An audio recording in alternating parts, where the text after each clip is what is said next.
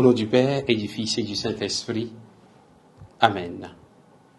Esprit de Dieu, consolateur de nos âmes, adoucissante fraîcheur, viens nous inonder, viens nous éclairer. Évangile de Jésus selon saint Luc. En ce temps-là, de grandes foules faisaient route avec Jésus. Il se retourna et leur dit: si quelqu'un vient à moi sans me préférer à son père, sa mère, sa femme, ses enfants, ses frères et sœurs, et même à sa propre vie, il ne peut pas être mon disciple. Celui qui ne porte pas sa croix pour marcher à ma suite ne peut pas être mon disciple. Quel est celui d'entre vous qui, voulant bâtir une tour, ne commence par s'asseoir pour calculer la dépense et voir s'il a de quoi aller jusqu'au bout? Car si jamais il pose les fondations et n'est pas capable d'achever, tous ceux qui le verront vont se moquer de lui.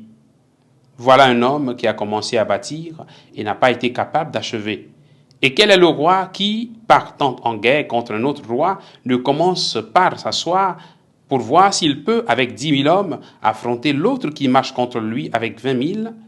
S'il ne le peut pas, il envoie, pendant que l'autre est encore loin, une délégation pour demander les conditions de paix. Ainsi donc, celui d'entre vous qui ne renonce pas à tout ce qui lui appartient ne peut pas être mon disciple. Acclamons la parole de Dieu. Louange à toi, Seigneur Jésus. Bien-aimés de Dieu, frères et sœurs en Christ, aujourd'hui, 6 novembre, c'est un jour spécial pour nous, amis de Instant Parole de Dieu. Cela fait exactement 7 ans, jour pour jour, que nous avons commencé avec vous cette aventure. Cela fait 7 ans aujourd'hui que nous avons commencé chaque jour à partager avec vous la parole de Dieu. Nous rendons grâce au Seigneur pour ce chemin qu'il fait avec nous. Nous rendons grâce au Seigneur pour tous les amis de Instant Parole de Dieu, pour ceux qui nous soutiennent de près ou de loin, pour tous ceux qui font que la parole de Dieu puisse être annoncée partout dans le monde. Que Dieu vous bénisse en ce jour de joie, en ce jour de fête pour nous. Merci à vous qui partagez cette passion de l'annonce de l'Évangile avec nous. Dans l'Évangile de ce jour, Jésus n'est plus à table chez le pharisien, il est plutôt en chemin avec une foule immense. Et c'est là qu'il dit à la foule, à ceux qui l'écoutaient, de le préférer, lui, Jésus, à tout. C'est-à-dire, il attire notre attention à nous aujourd'hui sur ce que nous pouvons appeler la primauté de Dieu. Dieu doit passer avant tout. Dieu avant tout. Mettre Dieu à la première place.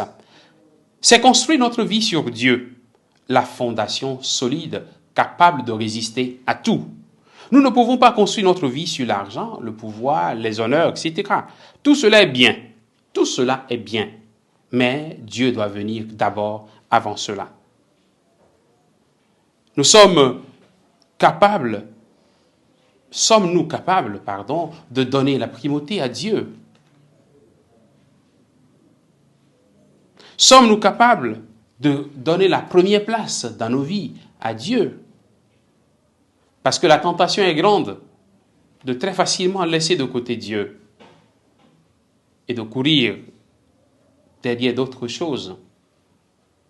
Jésus va même jusqu'à nous demander de le préférer à ceux qui nous sont chers, à nos enfants, à nos parents, etc. Ce message est très clair. D'abord Dieu et le reste vient après.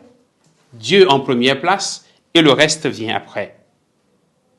Mais mon frère, ma sœur, Dieu est-il vraiment à la première place dans ta vie? Mets-tu vraiment les choses de Dieu avant toute autre chose dans ta vie? Sur quoi est fondée ta vie? Sur quoi repose ta vie? Alors si ta réponse est Dieu, ma vie repose sur Dieu, alors si ça en est ainsi, sache que tu dois te préparer aux difficultés. Sache que tu dois te préparer aux croix à porter chaque jour. Celui qui suit le Christ doit nécessairement porter sa croix. Demandons au Seigneur la grâce de porter la croix de chaque jour. La grâce de fonder nos vies sur lui et d'accueillir les croix de chaque jour. Et nous savons que lui-même les porte avec nous.